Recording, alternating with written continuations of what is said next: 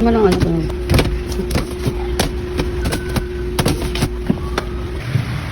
So, 9:45 na ng gabi.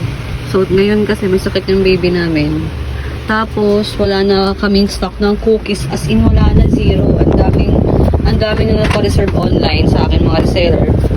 So, ngayon, ang gagawa muna si Daddy King. So, hindi siya babiyahe ngayon para makagawa. Kasi nga, tingnan yung stock namin. Ito na lang yung tirang stock dito kay Sony. Kay Frieza, wala nang laman to.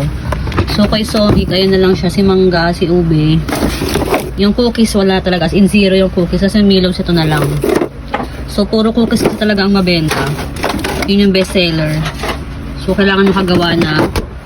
So, kay Frieza, wala. Zero. Yun na lang yung tira. Kaya yan, kailangan na makagawa. Hindi kasi ako makagawa kasi itong batang to, ayaw niya kumalis sa tabi niya. So, maya-maya magigisingin. Tapos, hahanapin na naman ako. Kaya si Daddy muna magkasub sa akin. No, Daddy? Ready? Kaya katas lang ng basketball. Magaling pa yan sa laro ng basketball niya. Pagod-pagod yan. Pero no choice. Marami tayong pa-order. Pero maganda nga yan eh. May orders to come.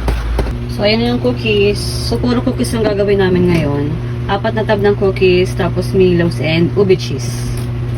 So, ayan. Nice, Dad.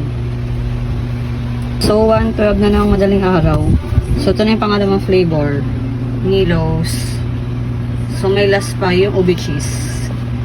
So, ito yung pangatlong flavor, si ube cheese. Ano ba? Napakadaming cheese. So, ang oras na is 2:20 na madaling araw. Pero, Graham is life. Ano lang ano to?